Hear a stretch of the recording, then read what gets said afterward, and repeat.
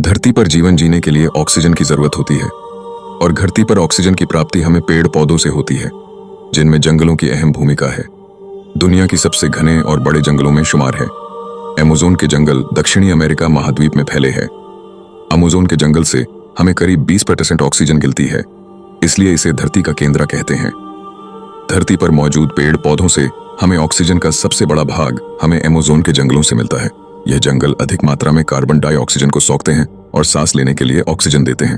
Amazon के जंगलों के बीचों बीच में अमेज़न नदी उतरती है, जिसे अमेज़न जंगल की ऑक्सीजन कहा जाता है। और ऐसे ही रहस्य जानने के लिए हमारे चैनल को लाइक और सब्सक्राइब करें।